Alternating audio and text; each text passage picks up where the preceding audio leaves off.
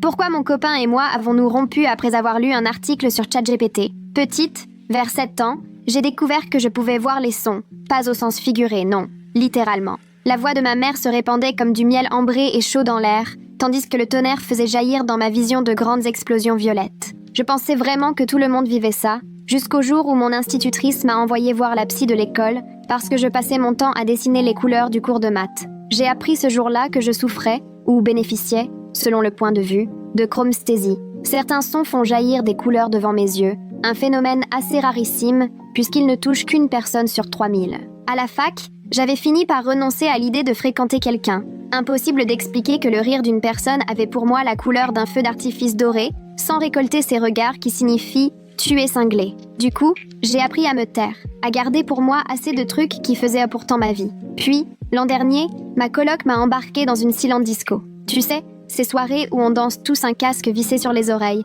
dans un silence étrange. J'ai attaqué la piste seule, juste pour savourer le festival de couleurs que personne d'autre ne verrait. Et là, je l'ai repéré au beau milieu de la foule, totalement immobile, les larmes roulant sur ses joues. On s'est retrouvés par hasard, en tentant de choper une bouteille d'eau, et nos casques sont tombés en même temps. « Désolé », a-t-il marmonné en s'essuyant les yeux. Cette chanson, c'était comme des cascades argentées. Mon cœur s'est arrêté net. Tu les vois aussi ? En croisant son regard, j'ai tout compris. Tu vois les couleurs ? On a passé le reste de la nuit à comparer nos visions. Sa voix était pour moi d'un vert émeraude profond, comme un sous-bois au printemps, tandis qu'il trouvait que la mienne évoquait l'or rose d'un lever du soleil. On s'est rendu compte qu'on vivait tous les deux la pluie en gouttes bleu clair, et que le tonnerre avait toujours eu cette même intensité violette pour nous deux. Pour la première fois, je n'avais pas à expliquer pourquoi telle chanson pouvait me bouleverser, pourquoi je quittais en panique un resto où la musique ambiante envahissait toute la pièce de couleurs insupportables. Sortir avec lui, c'était enfin apprendre la langue de cette sensibilité qu'on m'avait toujours reprochée. Une langue que je ne pratiquais jusque-là qu'en secret. On allait à des concerts, non pour la musique, mais pour se raconter les feux d'artifice invisibles que seuls nous pouvions observer. Au bout de 6 mois, j'étais folle amoureuse. Ce que j'adorais chez lui, qu'il fredonne des notes juste pour dessiner des couleurs quand je broyais du noir, ou qu'on puisse rester plongé dans un silence total, tout en se disant 1000 choses par la couleur du monde autour de nous. Un mardi soir, on s'amusait ensemble à poser toutes sortes de questions farfelues à ChatGPT sur notre don, et on a déniché un article parlant d'une origine génétique propre à une ancienne tribu du nord de la Finlande, les Samis. Apparemment, le gène serait super rare, transmis dans quelques familles seulement à travers le monde. Sérieux ? Tu crois vraiment qu'on descend d'une tribu perdue de Finlande ? J'ai rigolé, mais lui fouillait déjà le net. Ah, c'est peut-être pour ça qu'on se ressemble autant, a-t-il lancé d'une voix qui m'a donné des papillons dans le ventre. Tu trouves pas ça dingue que 2 inconnus voient exactement le même violet pour le tonnerre ? Pendant des semaines, à chaque nouvelle couleur partagée, on s'amusait à évoquer notre connexion finlandaise ancestrale. C'est devenu notre blague à nous. Quand les pubs pour des tests ADN ont commencé à fleurir partout, on s'est lancé. On va savoir si on est vraiment des descendants de chasseurs de couleurs. On a commandé nos kits, fait de l'envoi de salive un véritable rituel complice, surexcités comme des mômes avant Noël. Quand on recevra les résultats, on comparera nos origines. J'ai proposé en plaisantant. Je parie qu'on a tous les deux du sang finlandais. 3 semaines plus tard, son résultat tombe. Le mien pas encore. Il m'envoie un texto tout en majuscules. 23% finlandais, 31% norvégien. On avait raison. Impossible de cacher mon sourire au boulot. Mes collègues devaient me prendre pour une illuminée. J'attends encore les miens, je lui ai répondu. Mais c'est dingue. 2 jours passent. Mail attendu. Mes résultats sont enfin là. Je m'apprêtais à cliquer quand mon téléphone sonne, sa voix brisée à l'autre bout du fil. Ce n'était pas la joie de notre première rencontre cette fois, mais toute autre chose. « Viens, je t'en supplie », souffle-t-il entre 2 sanglots. J'ai conduit chez lui, la boule au ventre, le pressentiment que tout allait s'effondrer. J'arrive, son ordinateur allumé, lui livide. « Ma mère vient de m'appeler », murmure-t-il. Je lui ai parlé de nos origines finlandaises et elle a paniqué, vraiment paniqué. Il fait pivoter l'ordi. Sur la rubrique « Proche ADN » de mes résultats, son nom, sa photo, sa fiche. Premier cousin, 12,5% d'ADN partagé. J'ai cru que le monde arrêtait de tourner, que les couleurs s'évanouissèrent de la pièce. C'est pas réel. Ton père est le frère de ma mère, lâche-t-il. Ils ne se parlent plus depuis 20 ans. Une vieille histoire d'héritage.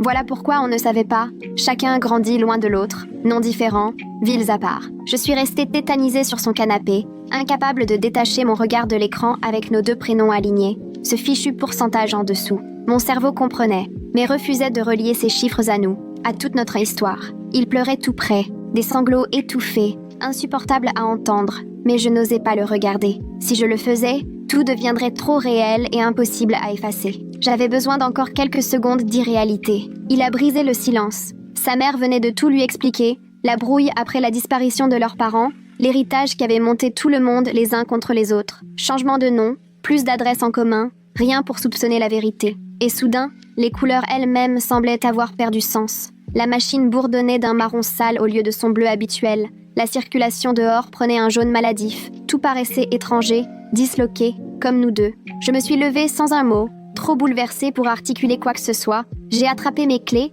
et alors qu'il prononçait mon prénom, j'étais déjà en route vers la porte, incapable de m'arrêter. Sinon, je me serais écroulée. Je suis rentrée chez moi sans même allumer la musique. À ce moment-là, même le silence avait ses propres couleurs, et je n'arrivais plus à supporter la moindre sensation. Le trajet n'a duré qu'un quart d'heure, mais j'ai eu la sensation qu'il s'étirait à l'infini, avec cette page de résultats ADN imprimée sur mes paupières à chaque blink. Quand je suis arrivée, Melinda était assise sur son lit à finir ses devoirs. En voyant ma tête, elle a aussitôt refermé son ordi. Elle m'a demandé ce qui s'était passé, la voix remplie d'inquiétude, presque paniquée. Je me suis effondrée sur mon lit. Elle est venue s'installer juste à côté de moi. Et là, je lui ai tout raconté. C'était la première fois que je mettais des mots dessus, que je prononçais vraiment ces phrases. On est cousins, des cousins germains. On a les mêmes grands-parents. Sa mère, c'est la sœur de mon père. Les dire à haute voix rendait la chose terriblement réelle. Là où, jusque-là, tout restait abstrait dans ma tête. Comme si affirmer que nous étions cousins rendait toute tentative de déni absolument vaine. Melinda ne trouvait pas ces mots. Et moi non plus, à vrai dire. Face à ça, qu'est-ce qu'on aurait pu dire? Alors elle est juste restée près de moi, et quand les larmes ont commencé à couler, elle a simplement pris ma main, sans chercher à minimiser. Rien ne pouvait arranger la situation. J'ai passé la nuit blanche, incapable de fermer l'œil. À chaque fois que je fermais les yeux, la page des résultats me revenait. Nos deux photos côte à côte, ces chiffres qui dansaient devant moi. 12,5% d'ADN en commun. Cousin germain. Mon cerveau essayait désespérément de démêler l'affaire, de comprendre comment la personne que j'aimais pouvait devenir, d'un coup, mon cousin, de trouver comment tout ce qu'on avait partagé pouvait soudain prendre un autre sens, interdit. À 3 heures du matin, j'ai abandonné toute idée de dormir, j'ai pris mon portable et commencé mes recherches. J'ai tapé Centre de conseil génétique sur Google et je suis tombée sur le site du service de santé universitaire.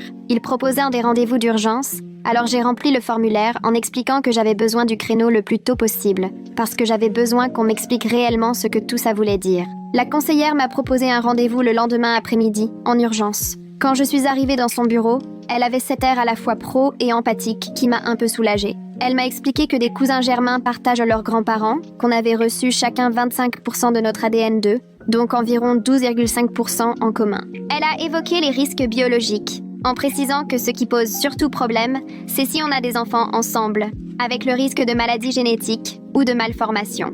Elle restait très neutre, très factuelle, mais j'ai bien vu dans ses yeux une forme de gêne quand je lui ai avoué qu'on était ensemble depuis 6 mois. Elle m'a demandé si on comptait continuer, et je me suis rendu compte, sur le moment, que je n'avais même pas pu me poser la question. Je lui ai répondu que je n'en savais rien. Elle a juste hoché la tête, comme si c'était évident, ce qui m'a étrangement serré le cœur. Avant que je parte, elle m'a tendu une liste de thérapeutes spécialisés dans les histoires familiales compliquées. Les 2 jours suivants, il m'a inondé de messages, mais impossible de répondre. À chaque notification, j'avais la nausée et l'estomac tordu. Le 3e jour, Melinda m'a lancé un regard désolé, mais nous a laissés seuls. On s'est installé dans la salle commune, parce que je pouvais plus me retrouver enfermée avec lui dans ma chambre. Et rien que ça m'a fait mal. Il était tout aussi au bout du rouleau que moi, les traits tirés, les cheveux mal coiffés, comme quelqu'un qui ne dort plus. Il m'a dit qu'il fallait qu'on parle de ce qu'on allait faire maintenant. Et pour la première fois, j'ai réussi à lui dire clairement que je ne pensais pas qu'on puisse continuer, même si je l'aimais toujours. Il a insisté sur le fait que seul l'amour comptait, qu'on ne savait rien donc qu'on ne pouvait pas s'en vouloir, mais même lui avait du mal à y croire en prononçant ces mots. Sa voix brisée m'a frappée comme du verre vert qui se casse, et j'ai réalisé à quel point ma chromesthésie associait désormais tout ce qui le concernait à la douleur, plus à la beauté. Je lui ai dit que j'avais besoin de temps, de recul. Il a hoché la tête et s'est levé. En allant vers la porte, il s'est retourné et par réflexe a tenté de m'embrasser, comme d'habitude après 6 mois, mais je me suis instinctivement reculée, incapable de me contrôler, mon corps a refusé. La détresse que j'ai vue sur son visage m'a fendue en deux, j'ai compris à quel point ça le blessait. Mais au fond, j'ai aussi su que ce geste changeait tout entre nous, de façon irréversible. Il est parti en silence, et je suis restée seule dans la salle commune, avec ce sentiment d'avoir brisé quelque chose qu'il était déjà. Le lendemain matin, Je suis retombée sur la liste de contacts de la conseillère. J'ai repéré Cormac Reynolds en haut de la page. Il avait un système de réservation en ligne, alors j'ai pris le premier créneau disponible, dans 3 jours. 3 jours qui m'ont semblé interminables, comme un brouillard où j'avançais sans vraiment vivre. Tout me paraissait surréaliste. Quand je suis enfin entrée dans le bureau de Cormac, c'était un homme d'un certain âge, très doux, qui m'a invitée à m'asseoir. J'ai essayé de lui expliquer ce qui s'était passé, le test, les résultats, le fait que mon copain était en fait mon cousin. Mais au bout de 2 phrases, je me suis effondrée en larmes, incapable d'aligner les mots. Il est resté assis, silencieux, m'a simplement tendu un mouchoir, sans une seule fois me presser ou chercher à me raisonner à tout prix. Au bout d'un moment, quand j'ai réussi à respirer de nouveau, il m'a demandé ce qui me faisait le plus peur, là, maintenant. Sa question m'a obligée à freiner, à réfléchir au lieu de juste subir. Et là, j'ai compris. Ce qui me terrorise, c'est que je l'aime toujours comme avant. Les résultats n'ont rien changé à ce que je ressens. Mais maintenant, cet amour me paraît sale, interdit, abîmé à jamais par une vérité impossible à taire. J'ai dit tout ça à Cormac, et il a hoché la tête, comme si ça coulait de source. Il m'a expliqué que mes sentiments étaient tout à fait normaux dans ce genre de situation, que ce deuil-là était unique. La personne est toujours là, on l'aime toujours, mais la relation, elle, doit disparaître. Entendre tout ça énoncé franchement, ça a rendu l'épreuve plus tangible, plus réelle. Pendant la semaine qui suit, j'essaye tant bien que mal d'aller en cours et de faire comme si de rien n'était, mais chaque détail me ramène à la réalité. En sociologie, la prof aborde les dynamiques familiales, et ça me submerge. Sa voix, presque irréelle, fait ondoyer les couleurs autour de moi, alors je ramasse précipitamment mes affaires et je fuis la salle. Je me retrouve dehors, assise sur un banc à essayer de reprendre mon souffle, tandis que les autres étudiants passent sans me voir. Quand je rentre au dortoir, Mélinda comprend tout d'un regard et me demande ce qui ne va pas. Je lui raconte ce qui s'est passé en cours et elle me propose d'en parler à mes parents, mais rien que d'y penser, j'ai la nausée. Comment leur expliquer que je suis en couple avec mon cousin depuis 6 mois? Comment le dire sans qu'ils me prennent pour un monstre? Mélinda me rappelle pourtant que j'ai besoin de soutien et que mes parents m'aiment. Lors de ma prochaine séance, Cormac tient le même discours. Il pense que contacter ma famille m'aiderait à traverser tout ça. Ce soir-là, je finis par me décider à appeler ma mère. J'ai les mains qui tremblent quand je compose son numéro, et quand elle décroche, ma voix se brise avant même que je trouve les mots. Je pleure déjà, incapable de m'arrêter, et je lui déballe tout, le test ADN, ce qu'on a découvert, qui est réellement mon copain. Un silence total s'installe de l'autre côté du fil, si long que je crois que la ligne a coupé. Puis elle demande, comme si elle espérait une erreur de labo, si j'en suis absolument certaine. Je confirme, en disant que la mère de mon copain l'a aussi attesté, que mon père est bien l'oncle de mon copain. Là, ma mère fond elle aussi en larmes, et ça me fait craquer encore davantage. Entre 2 sanglots, elle me dit que mon père va être anéanti, qu'il a déjà passé 20 ans à regretter sa sœur, et que c'est comme ça qu'il apprend que sa fille est tombée amoureuse sans le savoir de son neveu. La culpabilité qui me ronge s'alourdit encore. Ce n'est plus seulement une histoire entre mon copain et moi, ça fait remonter toute la douleur de mon père, de sa sœur, de ses 20 années de silence familial. Mon père m'appelle le lendemain, sa voix méconnaissable, brisée d'une tristesse que je ne lui connaissais pas.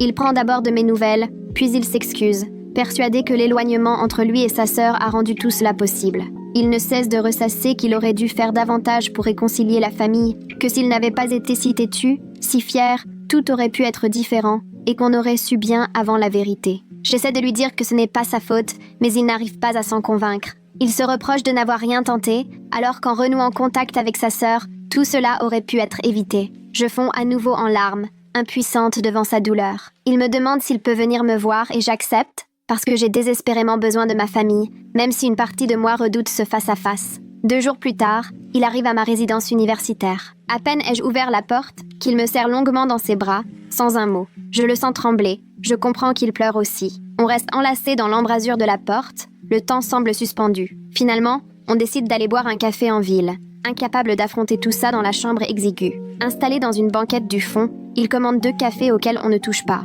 Il me raconte sa brouille avec sa sœur, la mort de leurs parents, les histoires d'héritage et d'argent qui ont dégénéré en accusations, puis en blessures qu'aucun d'eux n'a su réparer.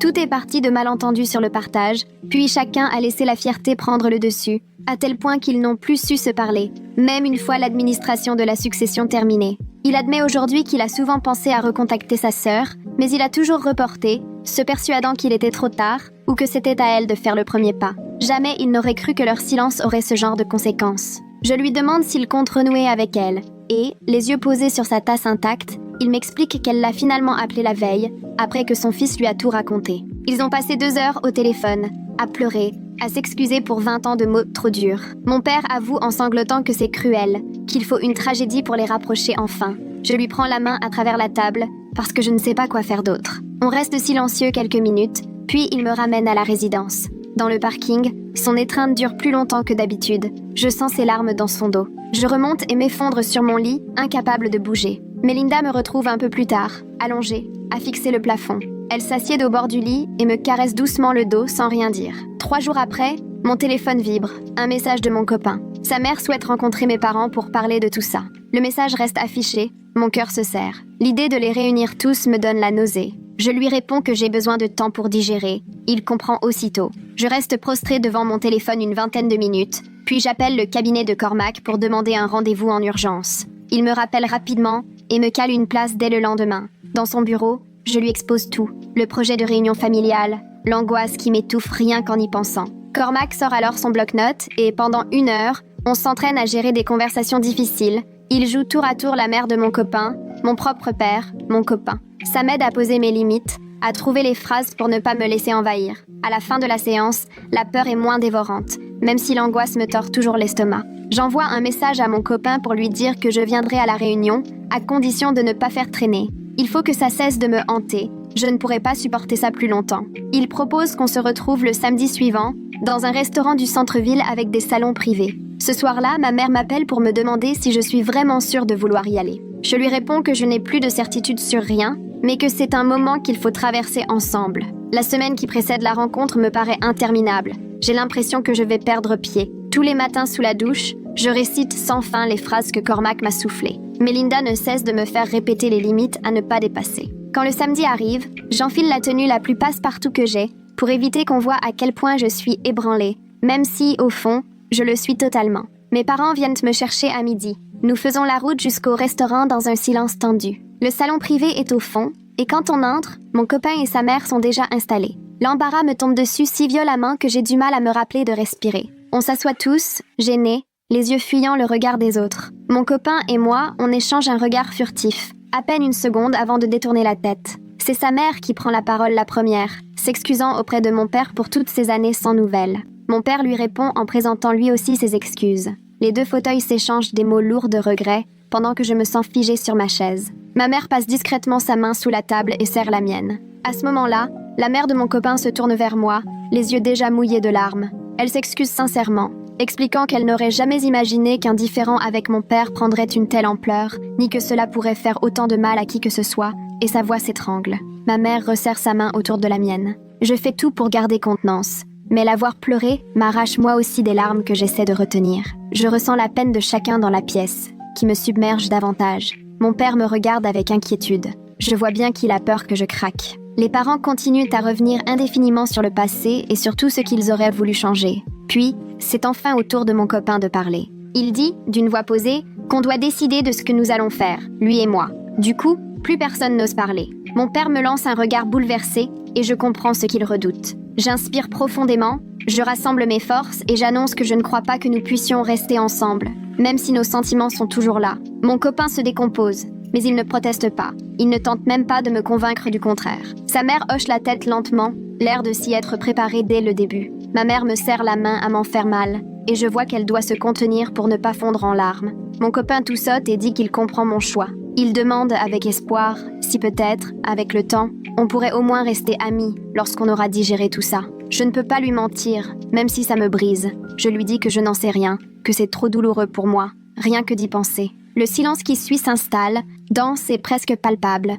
chacun plongé dans sa tristesse à sa manière. Mon père paraît accablé, ma mère laisse couler ses larmes, sa mère cache son visage derrière sa main et mon copain fixe la table, prêt à s'effondrer. On reste ainsi, figé dans ce silence atroce, pendant ce qui semble une éternité, puis je souffle. On a besoin d'une coupure totale pour l'instant. Plus de contact, le temps que chacun digère et essaie de guérir de son côté. Il acquiesce en silence, même si je vois dans ses yeux combien c'est difficile pour lui. Petit à petit, tout le monde se lève pour partir. Il n'y a plus rien à dire. En sortant, il attrape doucement mon bras et murmure, d'une voix tremblante, qu'il est désolé. Je lui réponds que je suis désolée aussi, que ce n'est la faute de personne, mais qu'on se détruit malgré nous. Mes parents me ramènent au campus sans prononcer un mot du trajet. À peine rentrée dans ma chambre, je ferme la porte à clé et m'effondre, submergée par les larmes, incapable de m'arrêter 3 heures durant. Ma chromesthésie rend tout insupportable, car les sons ne font que raviver sa présence. Le moindre bruit ravive des couleurs, et donc des souvenirs que j'aimerais oublier. Le cliquetis de la machine à café dans le salon étudiant me fait voir des reflets or rose, exactement la couleur qu'il disait entendre dans ma voix. Je n'ai plus d'autre choix que de quitter le salon. Je prépare mon café dans ma chambre, rien qu'avec la bouilloire. Dans le couloir, une fille éclate de rire. Aussitôt, des éclats dorés envahissent ma vision et me ramènent à son rire à lui, si semblable. Je finis par porter mon casque partout pour tenter de me couper du monde.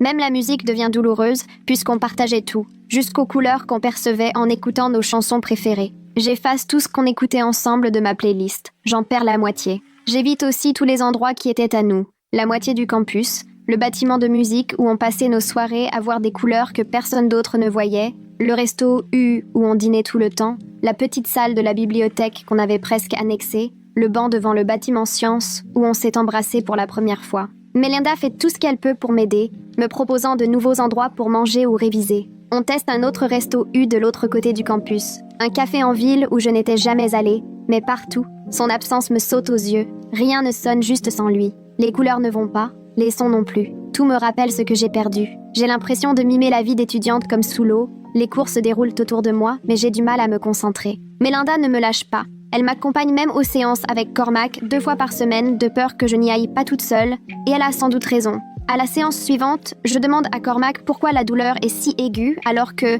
techniquement, on n'a rien fait de mal. Il se penche vers moi, les mains croisées, et m'explique que ce que je vis, c'est une forme de deuil compliqué. Celui où l'on doit dire adieu à une relation malgré les sentiments encore vivaces des deux côtés. Selon lui, le lien biologique qu'on a découvert n'efface rien de ce qu'on a vécu, ni la force de cette connexion, mais rend pourtant tout de suite impossible, pour des raisons à la fois psychologiques et sociales. Sa façon d'expliquer est limpide, mais n'atténue en rien ma peine. Je quitte son bureau en comprenant peut-être un peu mieux ma douleur, sans pour autant réussir à remonter la tête hors de l'eau. 2 semaines plus tard, Svetlana me chope au resto U et me dit qu'il faut que je passe à autre chose, que rester engluée dans la tristesse ne m'aidera jamais à avancer. Elle me vante un gars de bio qui me trouve chouette et voudrait qu'on se rencontre. Je lui réponds que je ne suis pas dans le mood, mais elle persiste. On n'est jamais vraiment prêt, tu sais. Parfois, faut juste se jeter à l'eau. Je finis par accepter de le voir autour d'un café, un peu en contradiction avec tout ce que je ressens. On se retrouve un jeudi soir, dans un café où je n'ai encore jamais mis les pieds.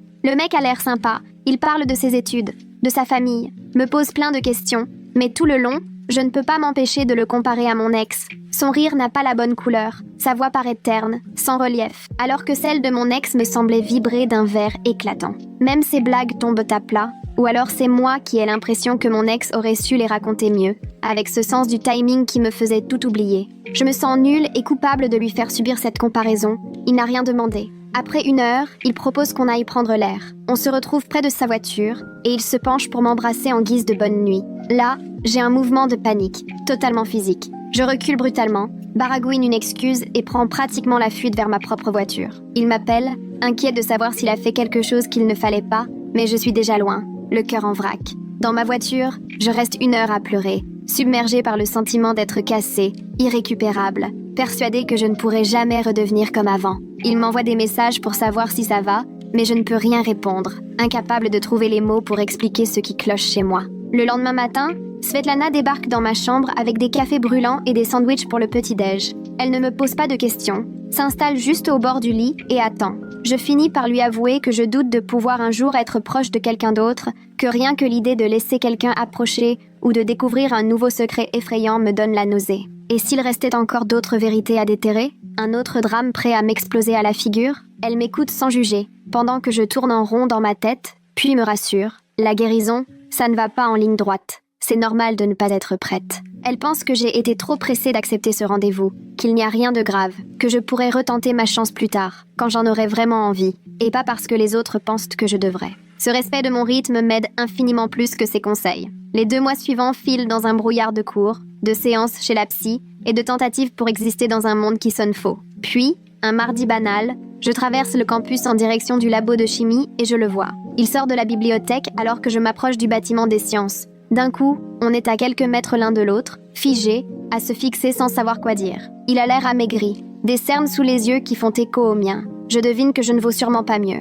On se lâche des saluts un peu ridicules, nos voix se superposant maladroitement, puis chacun s'éloigne brusquement, comme si on voulait disparaître l'un pour l'autre. Cette micro-rencontre me fait replonger pour 3 jours entiers. Je sèche les cours, je reste enfermée à pleurer, plus encore que ces dernières semaines réunies. Le revoir a fait ressurgir tout ce que je tentais d'apprivoiser, les souvenirs, les émotions, tout me revient en pleine figure. Je réalise que je ne suis pas aussi avancée dans la guérison que je l'aurais cru. Cormac, mon psy, me rappelle lors d'une séance d'urgence que le deuil n'a pas d'agenda précis, que rechuter, c'est normal, surtout après une histoire aussi complexe. Il m'assure que recroiser son ex, ça fait mal, peu importe le moment, et qu'une réaction comme ça ne définit pas ma progression. Ça me calme un peu, même si la douleur, elle, reste là. Une semaine plus tard, Cormac me propose de rejoindre un groupe de soutien pour ceux qui vivent en des traumatismes familiaux compliqués. Il connaît un certain Félix Vélez qui anime un groupe spécialement pour ceux dont la vie a été bouleversée par des secrets de famille. L'idée de raconter mon histoire à des inconnus m'angoisse, mais j'accepte de tenter.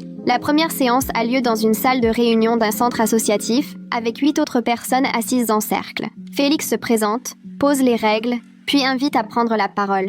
Ce soir-là, je reste muette, me contente d'écouter les histoires des autres. Personne n'a vécu exactement ce que j'ai traversé, mais il y a des points communs. La perte, l'impossibilité de choisir, le deuil de liens qui ne seront jamais récupérables. Ça me fait du bien de voir que je ne suis pas la seule à manger mon chagrin en silence. La deuxième semaine, je décide de parler pour la première fois hors du cabinet de ma psy ou de mes amis proches. Je raconte la chromesthésie, le test ADN, la découverte qu'on était cousins, la voix tremblante. Les gens écoutent, sans juger. Certains hochent la tête, comme s'ils comprenaient, malgré tout.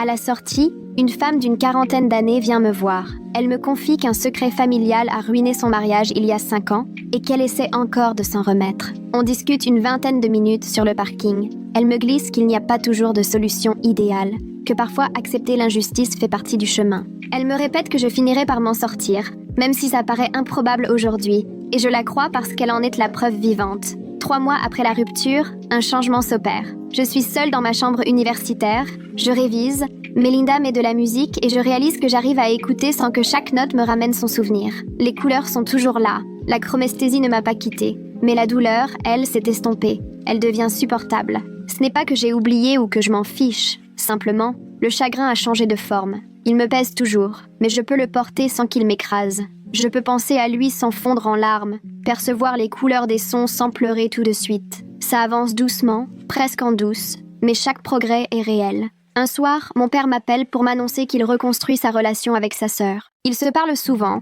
et cette année, ils fêteront Thanksgiving ensemble, une première depuis 20 ans. Je lui assure que je suis heureuse pour eux, et c'est sincère, même si au fond de moi persiste une certaine amertume à l'idée qu'ils se soient rapprochés, grâce à ma propre douleur. Lors de ma prochaine séance avec Cormac, je me confie sur ce flot d'émotions contradictoires, et il m'aide à accepter qu'on peut ressentir 2 choses opposées en même temps. Être soulagé qu'ils se reparlent, et en vouloir que cela ait dû passer par ma souffrance. Quand mon père me demande si je souhaite venir à Thanksgiving, il me faut quelques jours pour y réfléchir. L'idée de partager un repas avec mon ex, après des mois sans se voir, me donne l'impression de risquer de détruire tout ce que j'ai réussi à reconstruire. Finalement, j'annonce à mes parents que je ne viendrai pas, et ils comprennent, même si je sens bien la déception de mon père. Mélinda n'hésite pas une seconde à m'inviter passer Thanksgiving avec sa famille, et j'accepte volontiers. Me retrouver entourée de gens qui ne savent rien de mon histoire, qui me voient simplement comme l'ami de fac de Mélinda, m'apporte un sentiment de légèreté insoupçonnée. Au dîner, le petit frère de Mélinda vient s'asseoir près de moi.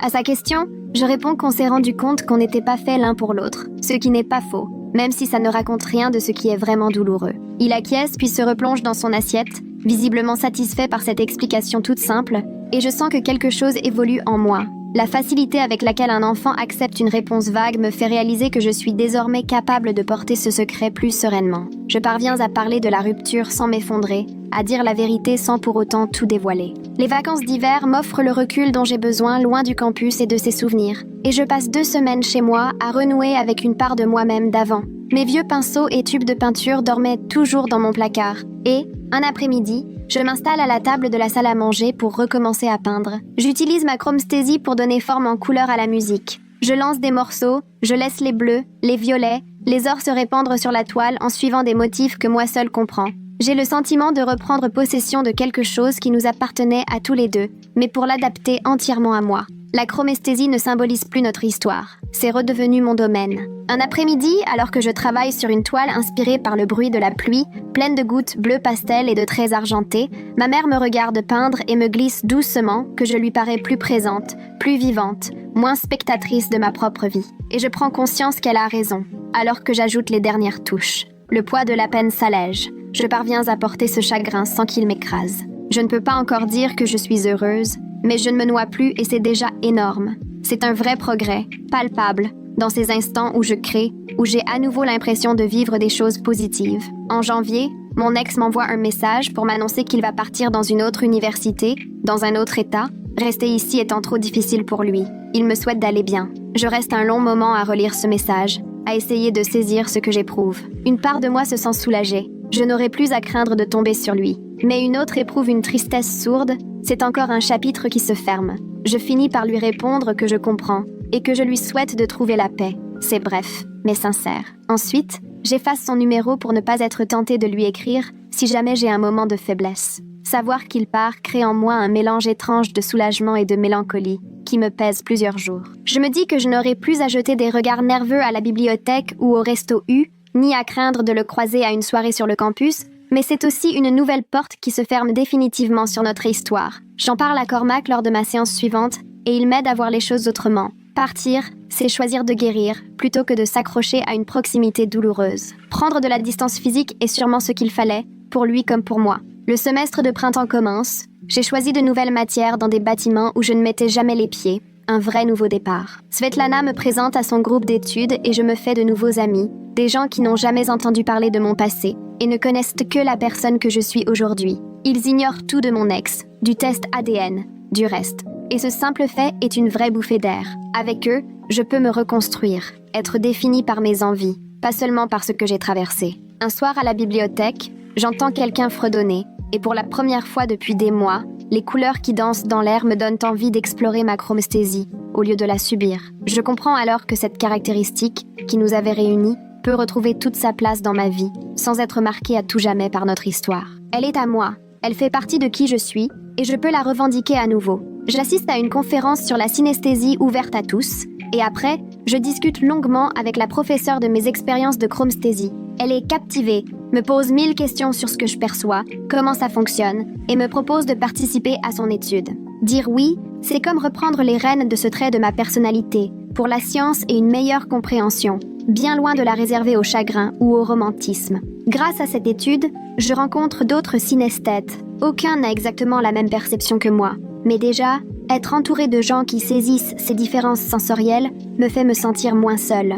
L'un des participants me parle d'une communauté en ligne pour les chromesthètes. Je m'y inscris, non sans une pointe d'appréhension. Sur le forum, je découvre les témoignages d'autres personnes comme moi, frappée de voir à quel point beaucoup se sont sentis seuls avant de rejoindre ce groupe. Je ne raconte pas mon histoire à mon ex, tout ça est bien trop compliqué, mais je participe volontiers aux discussions sur la musique, les associations de couleurs, la manière dont certains instruments évoquent telle ou telle nuance, nos astuces pour mieux supporter le tumulte des endroits bruyants. 6 mois passent. Un matin, je me réveille en réalisant que, pour la première fois depuis longtemps, je me sens bien. Pas heureux, non, mais enfin stable, comme je n'avais plus su l'être depuis des mois. Mes notes reprennent du poil de la bête, meilleures qu'elles ne l'ont été depuis 1 an. Je vois des amis presque chaque week-end. Les couleurs de la chromesthésie que je perçois au quotidien redeviennent vraiment les miennes. Elles ne sont plus imbriquées à ma tristesse. Je réussis à passer devant le bâtiment de la musique sans que mon cœur se serre. J'entends un éclat de rire, et au lieu que les étincelles dorées me ramènent systématiquement à lui, je les laisse exister pour ce qu'elles sont. Ce mieux-être n'est pas arrivé d'un coup, ni dans le fracas. Il est venu doucement, un peu plus chaque semaine, jusqu'au jour où j'ai remarqué que cette chape de plomb sur ma poitrine s'était allégée, assez pour que je respire à nouveau. Un mardi soir, alors que j'étudie dans ma chambre, mon père m'appelle. On parle court, puis un peu de tout et de rien, puis il se tait. Sa sœur a repris contact et a demandé de mes nouvelles. Elle voudrait savoir si j'accepterais de la voir, juste tous les deux. Rien que d'y penser, j'ai l'estomac noué, je lui réponds que je vais y réfléchir. En raccrochant, je reste face à mes livres sans vraiment les lire. Voir ma tante, c'est affronter la dernière pièce d'un puzzle que j'évite soigneusement depuis des mois. Elle incarne le lien familial, direct, entre moi et mon ex, ce qui complique tout. Mais c'est aussi elle dont la brouille avec mon père avait tout précipité. Lors de ma séance avec Cormac, je lui en parle. Il m'écoute dérouler mon flot d'émotions contradictoires à l'idée de la rencontrer. Une partie de moi veut la connaître, parce qu'elle est la famille, et que j'ai déjà perdu assez comme ça. L'autre lui en veut pour la dispute qui nous a séparés depuis 20 ans. Cormac me demande ce que j'attends vraiment de cette rencontre. J'avoue que ça pourrait peut-être m'aider à tourner la page, à éclaircir l'histoire familiale qui m'a menée là. Il acquiesce, me dit que ça se tient, que parfois il faut affronter les choses pour les accepter. Ce soir-là, en sortant de son cabinet, j'envoie un message à mon père. Je suis prêt à la voir, si elle en a toujours envie. 2 semaines plus tard, je me retrouve attablée face à ma tante, dans un petit restaurant italien qu'elle a choisi, un endroit calme où l'on peut discuter tranquillement. Lorsqu'elle entre, ce sont ses yeux qui me frappent, si semblables à ceux de mon père. On s'embrasse maladroitement, et sans me laisser le temps de dire quoi que ce soit, elle se met à s'excuser. Désolée pour la dispute avec mon père, désolée d'avoir été en colère si longtemps, désolée aussi que son silence ait pu me blesser à ce point, ce qu'elle n'aurait jamais imaginé. Je lui dis que ce n'est pas sa faute, et je le pense. Qui aurait pu tout prévoir? Elle essuie ses larmes, et malgré la gêne qui me serre la poitrine, je hoche la tête, parce que je veux comprendre malgré la douleur. Elle me dit qu'il va bien, qu'il commence à prendre ses marques, à se faire des amis, qu'il est occupé avec les cours et un petit job. Apprendre ça tout à coup, ça dénoue quelque chose en moi. Je m'inquiétais pour lui malgré notre silence. Je me demandais s'il traversait tout ça comme moi j'essaie de le faire. Savoir qu'il s'en sort me soulage plus que je ne l'aurais cru. Ma tante sort son téléphone, me montre des photos de lui petit, 7 ans, sourire édenté, ado mal à l'aise sur une photo de classe. Elle me raconte des anecdotes sur nos grands-parents que je n'ai jamais connus à cause de la rupture familiale. Notre grand-mère peignait, elle avait une manière bien à elle de voir le monde. Notre grand-père jouait du violon, la maison vibrait de ses notes. J'ai senti que je touchais enfin l'histoire de ma famille, longtemps effacée par le silence et l'orgueil. Ces récits étranges, un peu tristes, avaient néanmoins un parfum de réparation, d'inattendu. C'était la mienne aussi, cette famille dont je porte les traits, dont les couleurs se glissent jusque dans ma chromesthésie. À la fin du repas, ma tante me raccompagne à la voiture, m'étreint et me dit que je serai toujours le bienvenu, sans aucune obligation, que la porte reste ouverte quoi que je décide. Je rentre chez moi, partagée, le cœur à la fois plus léger et plus lourd. Plus léger parce que cette rencontre s'est mieux passée que je ne le craignais, plus lourd parce qu'il faut désormais savoir quelle relation construire avec elle. J'y pense quelques jours, jusqu'à comprendre que oui, je veux la connaître. C'est ma famille, et la brouille qui a tout déclenché n'a pas à se perpétuer avec ma génération. Je peux choisir un autre chemin. Je lui envoie un message pour lui dire que j'aimerais garder le contact si elle est sincère. Elle répond tout de suite qu'elle en serait ravie. On commence à échanger régulièrement. Rien de grave, juste des petites nouvelles au fil des jours. Elle m'envoie des recettes transmises par notre grand-mère, des cartes écrites à la main, précieusement gardées toutes ces années. J'ai tenté de faire le gâteau aux pommes de la grand-mère, et c'était plutôt réussi. À chaque recette, j'ai le sentiment de rebâtir quelque chose sur les ruines, de créer un lien là où il n'y avait que du vide. Lors de la réunion suivante du groupe de soutien, j'ai fini par tout raconter. Félix, patient depuis des mois sans jamais forcer ma main, avait bien compris que je me protégeais. J'ai attendu la fin de la séance, quand tout était plus calme, puis je me suis lancée. J'ai raconté la chromesthésie qui nous avait réunis, le test ADN, la découverte après 6 mois de relation que nous étions cousins. J'ai raconté la rupture, le deuil, ce parcours interminable pour retrouver un semblant d'équilibre. Quand j'ai terminé, un silence s'est installé dans la pièce, puis Félix m'a remercié de m'être ouverte au groupe pour partager quelque chose d'aussi difficile. Quelques membres ont acquiescé, et certains avaient les larmes aux yeux. À la fin, 3 personnes sont venues me voir discrètement pour m'apporter leur soutien et m'ont confié leurs propres histoires de pertes inimaginables. Une femme, présente dans le groupe depuis plus longtemps que moi, m'a prise à part et m'a dit « Savoir mettre un terme à une relation alors qu'on aime encore la personne, c'est une preuve de force et d'une grande lucidité. Je m'étais tellement focalisée sur ce que j'avais perdu que je n'avais même pas songé à le voir comme ça. » Elle m'a expliqué que bien des gens auraient voulu continuer malgré tout, en se persuadant que l'amour viendrait à bout de tout, même de la biologie. Mais moi, j'avais regardé la réalité en face et pris la décision la plus douloureuse. Cette manière de voir les choses a changé la façon dont je me percevais. Je n'étais plus simplement celle qui avait tout perdu, mais celle qui avait survécu à l'insupportable et réussi à rester debout. J'avais eu la force de tourner la page alors que rester aurait fini par nous détruire tous les deux. J'ai alors recommencé à sortir, petit à petit. Rien d'engageant, juste des cafés ou des cinés avec des gens croisés grâce à des amis ou à mes cours. Les premiers rendez-vous étaient maladroits. Quoi que je fasse, je me surprenais à comparer chacun à mon ex. Celui-ci avait un rire qui dessinait des vagues oranges à la place du doré. Celui-là ne saisissait pas pourquoi il fallait que je parte quand le resto devenait trop bruyant. Mais au fil du temps, j'ai réappris à être présente avec de nouvelles personnes, sans cesse les juger à l'aune de ce que j'avais perdu. Peu à peu, la peur de ne plus pouvoir faire confiance ou de me lier à qui que ce soit s'est dissipée. j'ai découvert en moi une résilience que je n'imaginais pas. Les rendez-vous sans suite ne m'atteignaient plus. Chaque conversation agréable me prouvait que tout était encore possible. L'anniversaire de la réception de nos résultats ADN tombait un samedi. Je me suis réveillée en sachant exactement quel jour c'était, et j'ai accepté d'éprouver ma tristesse au lieu de la fuir. J'ai ressorti la boîte avec nos photos et les petits souvenirs d'avant, ces choses-pièces que je ne parvenais ni à jeter ni à regarder. Assise sur mon lit, j'ai pleuré pendant des heures en feuilletant les clichés de nous en concert, en relisant ces mots, en revivant ces instants d'insouciance. Puis j'ai tout rangé, j'ai fait glisser la boîte sous le lit et j'ai envoyé un message à Svetlana pour lui proposer un dîner. Elle a aussitôt répondu « oui », sans même demander comment j'allais, consciente que ça n'allait pas.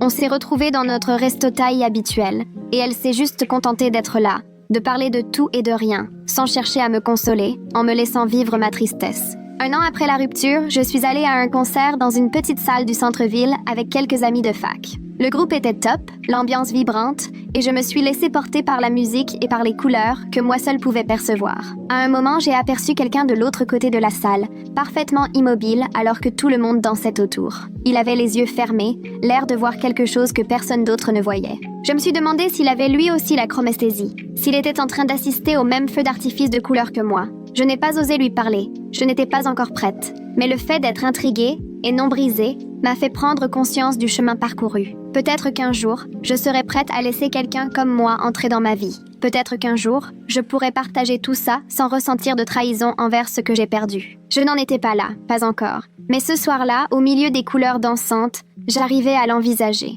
Ce printemps-là, j'ai traversé la Seine pour obtenir mon diplôme avec mention, et toute la cérémonie m'a semblé irréelle, mais dans le bon sens. Mes parents étaient au premier rang, ma tante à leur côté, et rien qu'en la voyant, j'ai ressenti une paix que je ne soupçonnais pas.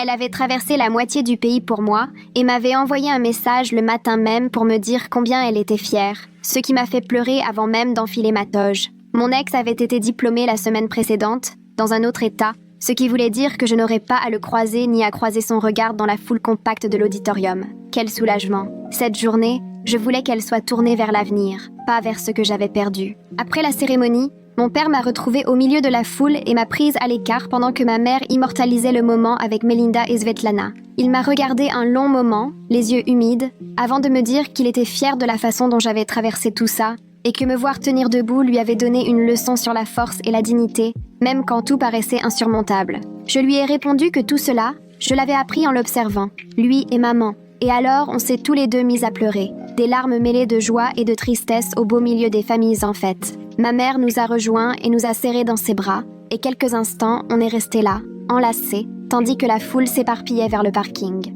3 semaines plus tard, j'ai reçu un mail annonçant mon admission en master de psychologie. J'ai relu le message 5 fois avant d'y croire. On me proposait d'étudier la famille et les traumatismes, comme si l'univers voulait me dire que tout ce que j'avais vécu avait une raison d'être, au-delà de la douleur. Si ce domaine me tenait autant à cœur, c'est aussi parce que je connaissais ce genre de deuil de l'intérieur et que je savais désormais ce que c'est de vivre quand l'amour et la perte se mélangent de façon inexplicable à qui n'en a jamais fait l'expérience. Cormac m'a rédigé une lettre de recommandation où il vantait, paraît-il, ma capacité à rebondir et mon sens de l'observation. Et lors de notre dernier rendez-vous avant mon départ, il m'a dit « Tu seras capable d'aider beaucoup de gens parce que tu as cette compréhension profonde, celle que la plupart des thérapeutes n'atteindront jamais. » Ces mots m'ont accompagnée tout l'été, pendant que je faisais mes cartons et me préparais à partir à la fac. En 2 ans, j'avais réussi à me reconstruire une existence qui n'était plus centrée sur ce que j'avais perdu. J'avais des amis qui m'appréciaient pour ce que j'étais, et non pas comme la fille au passé tragique. Ma chromesthésie redevenait une part de moi-même,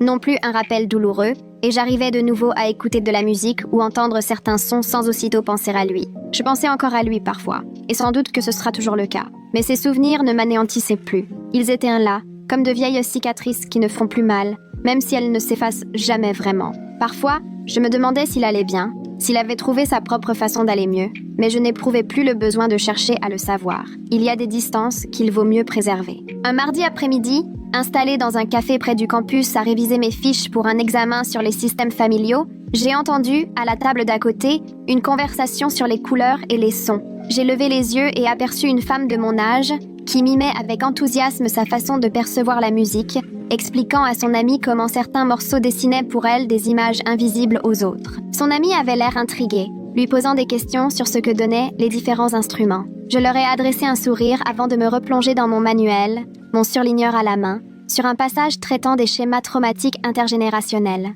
Assise là, entourée de mes cours de master et portée par la voix enjouée de cette femme qui traçait dans l'air d'élégantes vagues dorées, j'ai ressenti quelque chose d'évident. J'étais profondément heureuse, non pas en dépit de mon passé, mais parce que j'avais traversé tout cela et su en extraire une forme de vérité. Finalement, c'était sans doute la plus belle issue que je pouvais espérer après une épreuve pareille.